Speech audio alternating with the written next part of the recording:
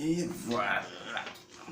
D'accord, je pense que je suis bien positionné. Ok. Bonjour, bonsoir, chères toutes, chers tous.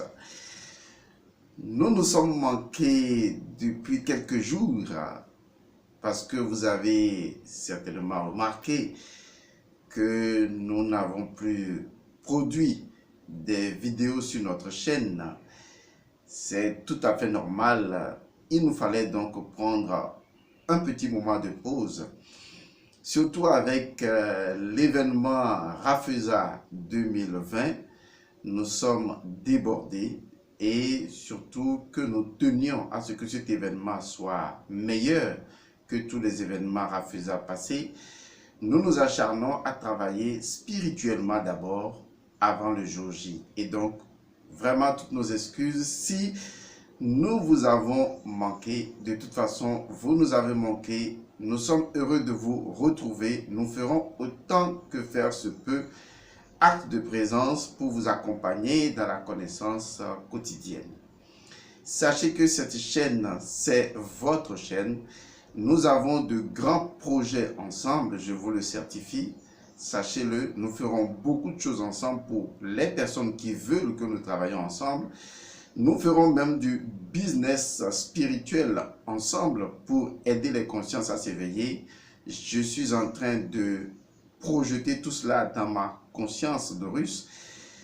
J'arriverai toujours à joindre l'essentiel et vous verrez que les propositions, nous les analyserons ensemble pour aider l'éveil de la conscience. Regardez au loin, vous verrez que ce qui nous attend est formidable.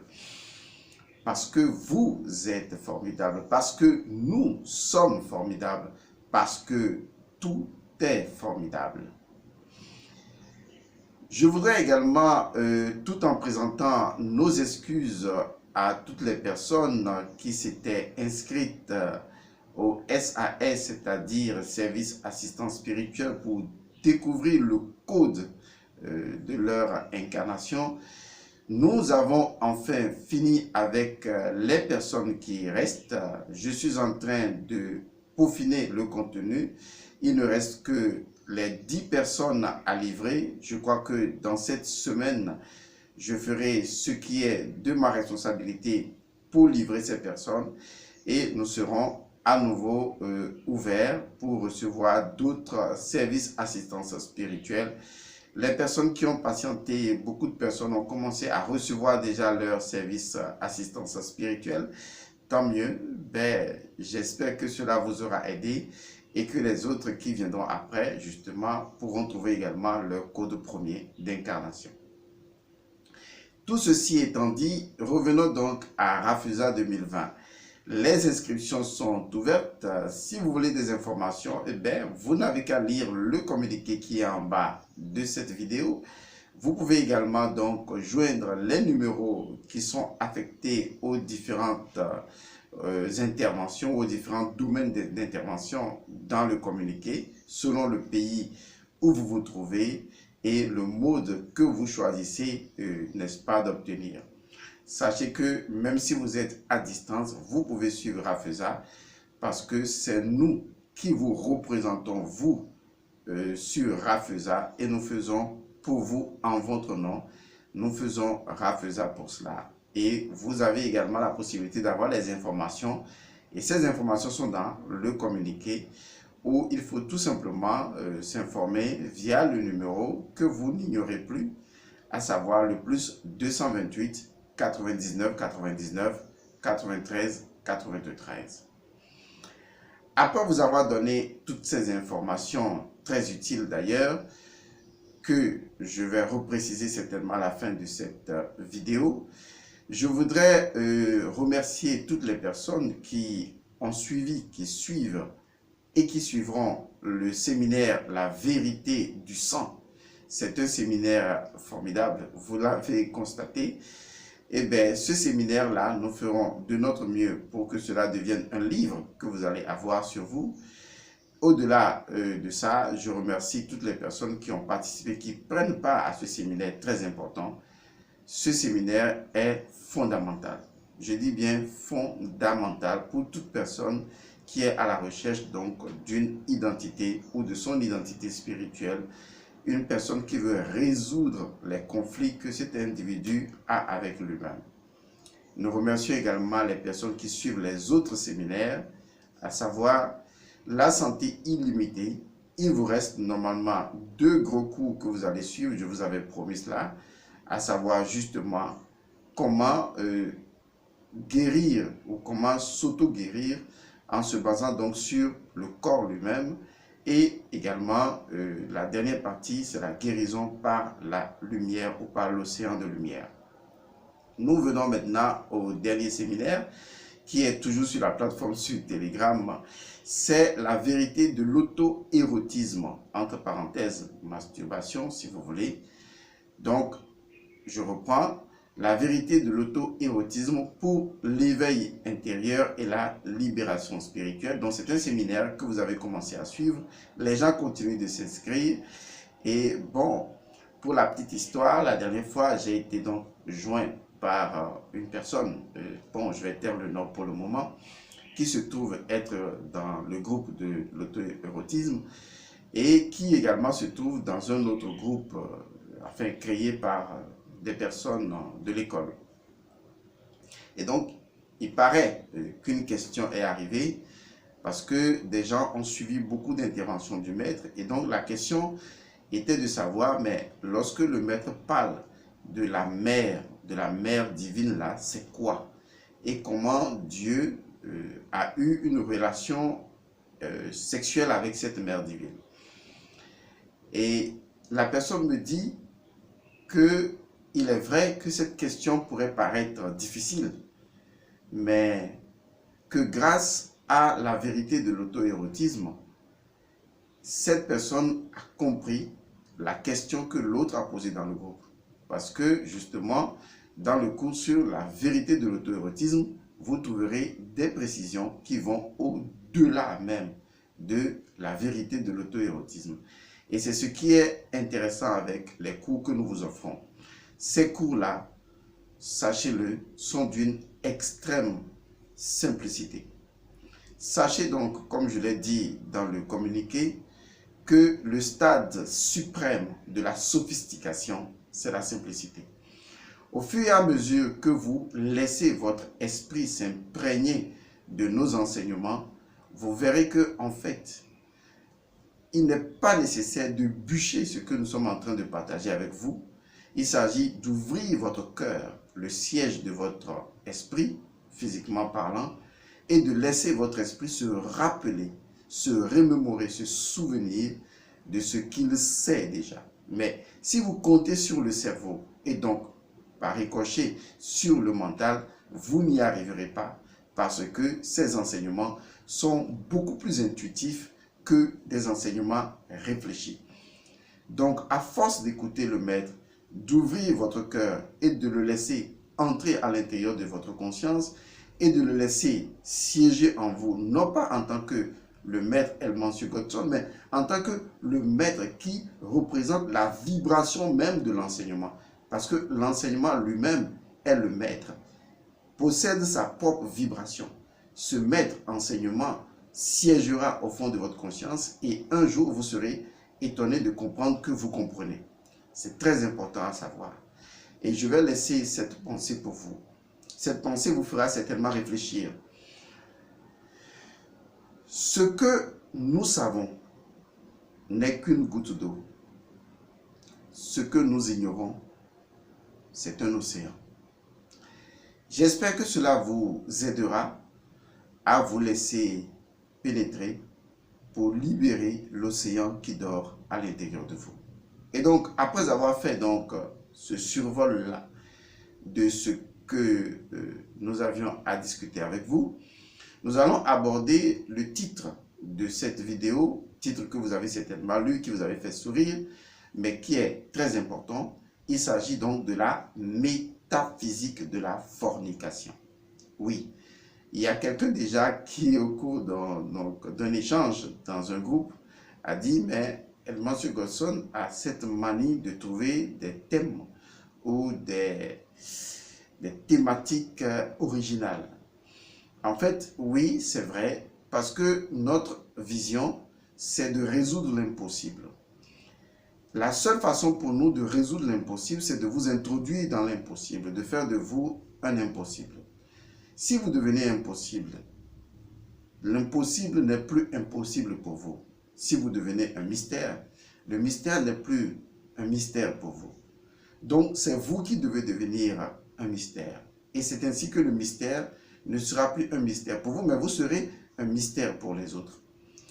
Et lorsque je ferai une formation en développement personnel pour les personnes qui me suivent en ce moment-là, je vais organiser ça l'année prochaine, mais ce sera uniquement du développement personnel axé sur les mythologies égyptiennes.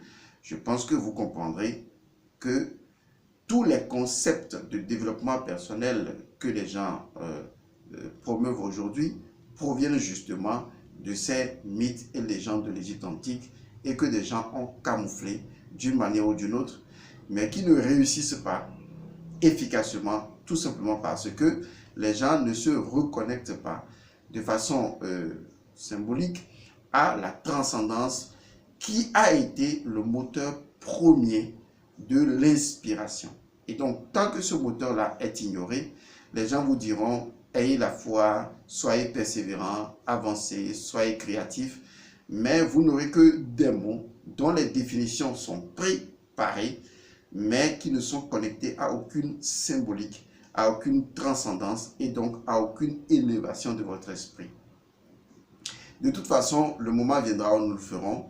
Nous avons passé déjà beaucoup de minutes à faire cette introduction. Ce qui est important, c'est la thématique d'aujourd'hui qui porte sur la métaphysique de la fornication. Je vous ai déjà dit qu'il existe une métaphysique pour tout. Tout simplement parce que tout ce qui existe, c'est-à-dire l'existence, ce n'est qu'une démonstration. La démonstration, c'est tout simplement le fait que l'existence n'est pas autonome. Elle procède d'une préexistence appelée essence. Tout simplement parce que, et la science corrobore ce fait, lorsque vous voyez un phénomène, c'est-à-dire un phénomène, et que ce phénomène se fait, je vais le dire, presque permanent, il y a à se poser une question, à savoir, qu'est-ce qui rend le phénomène permanent? Ou qu'est-ce qui fait la régularité de ce phénomène-là? Et c'est ainsi que la science a découvert que la régularité de ce phénomène ne se produit que par rapport à une récurrence. C'est-à-dire, il y a une loi qui veille à ce que cela se répète. Et cette loi est le fondement de ce phénomène. Mais pour qu'une loi soit, il faut qu'il y ait un principe, c'est-à-dire la chose sans laquelle la chose dont nous parlons ne peut pas être la chose. C'est ce qu'on appelle le principe, c'est la cause première. Et donc la métaphysique, elle, à l'encontre ou à l'opposé, mais ce n'est pas négatif, de la science qui part des phénomènes, analyse la loi, établit le principe. La métaphysique qui provient, elle, de l'hermétisme, de la science de Hermès ou de Djéouti, dit vouloir partir d'abord du principe. Et donc, à partir du principe, dégage une loi, et la loi, produit le fait. Ça ne veut pas dire que la métaphysique ne part pas du phénomène, non. La métaphysique utilise les deux voies, plus une troisième voie. La voie ascendante et la voie descendante et une combinaison des deux voies. Donc, vu ainsi, tout phénomène peut faire l'objet d'une métaphysique parce que tout phénomène procède de cette trilogie-là qu'on appelle le principe, la loi et le fait. Ou tout simplement en métaphysique, on dira l'esprit, l'âme et le corps. Ou l'esprit, l'énergie et la manifestation. Utilisez cela comme vous voulez. Et donc, on peut faire de la métaphysique pour tout. Et donc, il y a effectivement une métaphysique de la fornication. La fornication, c'est cette expérience, je vais le dire comme ça, par laquelle certains individus peuvent passer par laquelle nous pouvons passer, qui consiste donc à entretenir des relations sexuelles entre un homme et une femme généralement, et ces relations sexuelles ne répondent à aucune règle. Quand je dis règle, ce n'est pas lié, disons, à la relation sexuelle elle-même, mais c'est lié au fait que ces personnes ne sont pas liées par quelque lien que ce soit, ni par les liens de fiançailles, ni par les liens de mariage, ni par n'importe quel lien, disons même coutumier ou traditionnel. Cela veut dire que je rencontre une jeune fille, nous sympathisons, nous n'avons pas l'intention de nous marier, nous n'avons pas l'intention de nous fiancer, nous n'avons aucun lien en vue ni organisé de façon pratique, mais nous commençons donc à avoir des relations sexuelles. Généralement, les religions considèrent la fornication absolue, les religions comme le judaïsme, l'islam et le christianisme et autres religions considèrent donc la fornication comme étant un péché. Et ils parlent donc du péché de la fornication. Alors, j'aimerais, pour que nous puissions évoluer, vous dire que d'abord, au niveau de la métaphysique, dans sa pureté, de la théodicée même, c'est-à-dire de l'hermétisme d'abord et de la métaphysique, le concept du péché n'est pas perçu de la même manière. On pourrait même dire qu'au niveau des métaphysiciens, le péché n'existe pas. D'accord? Maintenant, pour éviter ce que j'appelle justement le facteur de confusion, c'est-à-dire un mot sur lequel on ne s'entend pas et dont nous parlons justement, pour éviter cela, on dira tout simplement que nous n'avons pas les mêmes conceptions du soi-disant péché, voilà, soi-disant péché, que les autres religions, parce que pour le métaphysicien, à proprement parler, le péché n'existe vraiment pas.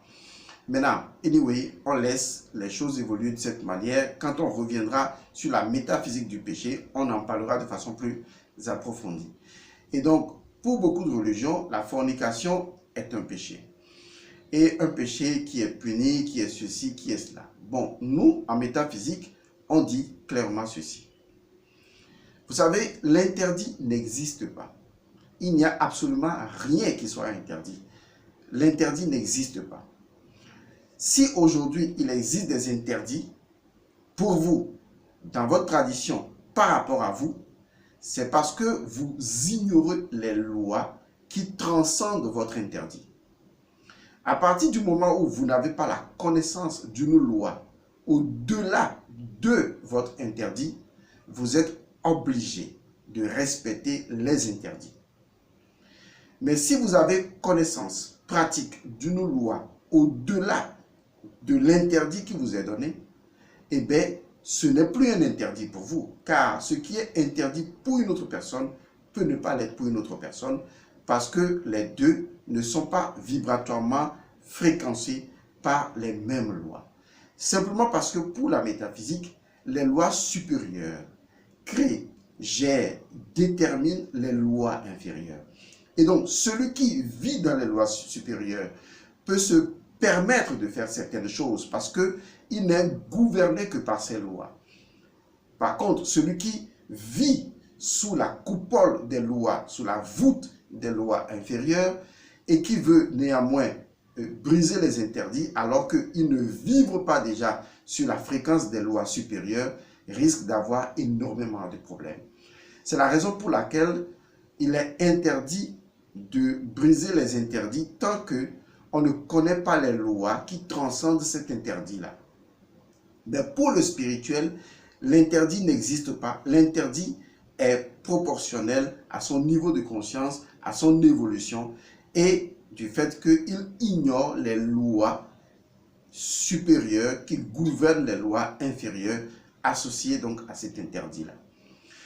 C'est la raison justement pour laquelle je disais tantôt, ou un peu plus tôt, que le concept du péché chez nous, en métaphysique et en hermétisme, n'est pas vraiment cela. Parce que ce que vous allez appeler péché, c'est lié justement à un niveau de conscience du fait que vous êtes en train de végéter dans un ensemble de lois qui sont certainement supérieures pour vous, mais À partir du moment où vous ignorez les lois qui sont supérieures, qui gouvernent et qui font les lois inférieures, vous ne pouvez pas vous passer de ces lois. Vous êtes obligé de les subir, ce qui ne sera pas le cas pour une autre personne.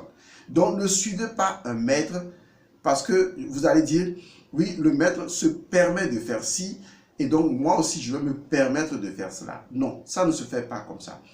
Vous devez vous poser la question de savoir, est-ce que vous avez les justifs qui vous permettent de défier ce niveau de conscience? Je vous raconte souvent une histoire assez intéressante, c'est l'histoire des exorcistes juifs, où je disais que parce que les disciples de Jésus chassaient les démons de certaines personnes, eh bien, certains exorcistes juifs voulaient faire justement la même chose. Et ils ont rencontré une personne qui était possédée. Ils ont commencé à adresser à l'endroit de cette personne-là, au nom de Jésus que Paul prêche, sort de ce corps. Et les démons qui répondent à leur endroit dire exactement ceci. Jésus, on le connaît. Paul, nous savons de qui il s'agit. Mais vous, qui êtes-vous? Donc, la vraie différence, ce n'est pas Jésus, ce n'est pas Paul, non. La vraie différence, ce n'est pas le maître, ce n'est pas tel gourou, non. C'est vous. Parce qu'au moment où vous êtes en train d'agir, vous devez posséder une lumière qui est reconnue par les forces obscures d'un certain niveau lié à cet interdit. Et ce sont ces entités-là, positives, négatives ou middle way, qui, en observant, voient que vous possédez une énergie qui est supérieure à la leur. Autrement, lorsque ces entités vont entrer en ébullition, en tourbillon avec vous, vous allez souffrir. C'est la raison pour laquelle il ne faut jamais prétendre être ce que l'on n'est pas, parce que vous générez un conflit énorme à l'intérieur de vous-même. Je crois que jusque-là, j'ai été clair. Donc pour nous, métaphysiciens, la fornication n'est pas un péché, puisque ce concept du péché est relatif au fait que l'individu est à un certain niveau de conscience. Vous vous rappelez de l'histoire de Jésus, entre griffes, les Juifs lui reprochaient le fait qu'il allait parmi les prostituées, les personnes de mauvaise vie. Parce que, selon leur conception, si vous fréquentez ces personnes-là, c'est que justement, vous êtes un pécheur. Mais il leur a prouvé qu'on peut être un lotus qui pousse dans la boue sans être taché par la boue. Tout simplement parce que les lois supérieures représentent le lotus et ces lois supérieures circulent dans les lois inférieures. Les lois inférieures ne peuvent pas tacher les lois supérieures. Vous voyez? Il en est de même de celui qui est le porteur des lois supérieures. Il transcende les lois inférieures, même s'il circule à l'intérieur de ces lois inférieures. Et les esprits gardiens de ces lois inférieures ne peuvent pas lui demander des comptes parce qu'il circule avec l'autorisation supérieure. Vous avez ce style de comportement dans la société. Lorsque vous circulez, vous êtes en circulation en voiture ou en moto, des fois vous entendez pan, pan, pan. On dit que c'est une autorité qui passe. En ce moment, vous êtes obligé de décaler, de vous mettre de côté parce que vous êtes géré par une autre loi. Et en ce moment-là précis, ces autorités sont gérées par des lois supérieures qui leur donnent le pouvoir de passer là où vous ne passez pas et surtout de brûler les feux parce que vous ne pouvez pas le faire et ils le font sous l'œil vigilant des gardiens, à savoir des forces de l'ordre. C'est exactement l'exemple que je vous donne. Au moment où le feu est interdit pour tous, il y a des personnes dans des situations particulières, d'un rang particulier, et bien ces feux-là ne constituent aucunement des interdits pour eux. Vous voyez, donc c'est assez simple quand je ramène ça dans votre univers, parce que c'est seulement dans votre univers que vous arrivez à comprendre les choses. Donc, il faut maintenant que vous compreniez réellement le fondement même de la fornication. Parce que si nous parlons de la fornication comme étant une relation sexuelle consentie entre deux personnes responsables, adultes, mais qui ne sont liées par aucun lien de mariage, que ce soit coutumier ou civil ou religieux, ou même pas aucun lien de fiançailles, et que cela est considéré pas un péché par les religions, il nous faut maintenant voir pourquoi les religions sont amenées ou ont été amenés justement à déclarer que la fornication est un péché. Quel est le principe métaphysique qui est derrière? Et s'il s'avérait que la fornication serait interdite ou interdite à un certain niveau de conscience, est-ce que en réalité, c'est vraiment interdit? Est-ce que la connaissance des lois ne me permet pas de le faire vraiment? J'ai connu un monsieur, pas personnellement, pas une personne intermédiaire, bien sûr. C'était une autorité au Bénin. Et j'aurais appris à l'époque que le monsieur a abandonné donc sa femme, ses enfants, pour aller épouser une autre femme. Parce qu'il aurait découvert donc Jésus à un moment donné, dont il est redevenu un born again, comme on le dit généralement. Et donc pour lui, vu qu'il avait connu sa femme, même dans un lien qui n'était pas un lien de mariage, ils avaient commencé tout au début, comme ça. Et puis, ils ont commencé à faire des enfants sans se marier, mais ils s'aimaient et tout. Et voilà, c'est beaucoup plus tard, quand sa vie politique a commencé à devenir intéressante, qu'il a rapidement, justement, fait le mariage avec cette femme-là. Mais lorsqu'il a découvert cette soi-disant vérité dans une religion qui lui disait que les enfants issus de la fornication, c'est-à-dire que les enfants qui sont issus d'un lien sexuel entre deux personnes, mais que ce lien-là n'a pas été sacré par un mariage quelconque, ce sont donc les enfants de la fornication, et donc ces enfants-là n'iraient pas au ciel, en quelque sorte. Ce sont les enfants du péché. Donc le monsieur à l'époque, bien qu'étant devenu un politicien fort connu à l'époque au Bénin, décida néanmoins de laisser sa femme avec qui il a contracté finalement le mariage, mais étant donné que ses enfants étaient nés avant ce lien de mariage, pour lui, c'était les enfants de la fornication, donc il a rompu avec cette première femme pour aller épouser maintenant une femme selon les dictats donc du pasteur, et que cette femme-là était la femme de la Jérusalem céleste, vous comprenez tout ça, etc. Et que maintenant, ils vont avoir les enfants de la Jérusalem future qui seront des élus à la venue de Jésus. Bon, vous connaissez le blablabla habituel. Alors, il est donc important que vous ne tombiez pas dans la bêtise. C'est la raison pour laquelle j'ai décidé de faire 3 épisodes basés sur la métaphysique de la fornication, pour vous donner la connaissance qu'il faut. Parce que, tout simplement, je vous ai donné une pensée que vous allez garder à l'esprit. Ce que nous savons n'est qu'une goutte d'eau. Ce que nous ignorons est un océan. Ouvrez votre esprit et certainement nous partagerons des choses avec vous ensemble, ou peut-être pas. De toute façon, on verra bien, puisque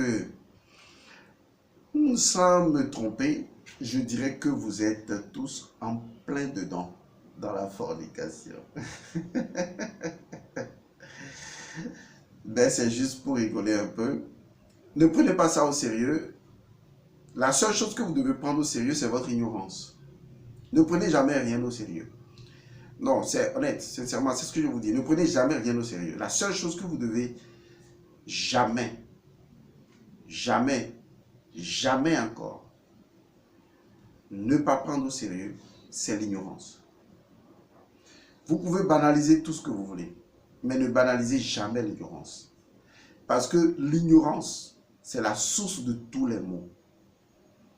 Et lorsque quelqu'un vous prête une information qui est croyentielle et qui veut vous donner une certaine foi en quelque chose, je vous en prie, allez directement rechercher la connaissance associée à la vraie connaissance, avant que votre croyance ne soit prise au piège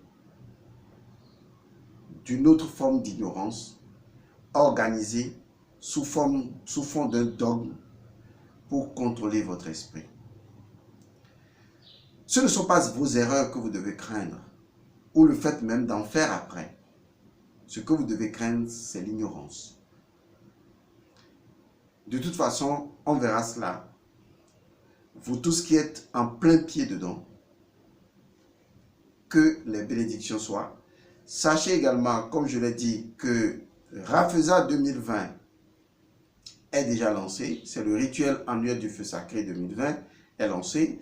Rafeza aura lieu au Bénin et ensuite au Togo. Vous avez le communiqué en bas de cette vidéo-là. Vous avez également la possibilité de contacter le numéro de référence qui est le plus 228 99 99 93 93. Et bien, vous pouvez avoir les informations. Vous serez mis dans un groupe où vous aurez de la documentation si vous êtes à distance. Mais si vous résidez dans les deux pays, Bénin et Togo, eh bien, rendez-vous dans les divers centres que vous connaissez déjà. Si vous voulez être physiquement présent le jour du feu sacré, rendez-vous dans ces sièges-là. Vous allez vous inscrire et vous recevrez de la documentation et des objets qui vous seront remis, qui serviront justement à préparer le rituel. Parce que dans les documents, il y a des choses que vous devriez faire avant et que nous ferons ensuite ensemble. Je vous rappelle également que Rafeza 2020 est basé sur la thématique de mort et renaissance issue de la légende de mort et résurrection d'Osiris. Je vous retrouve la prochaine fois et je vous dis que la lumière engendre toujours la lumière et éternellement la lumière. Paix à vous.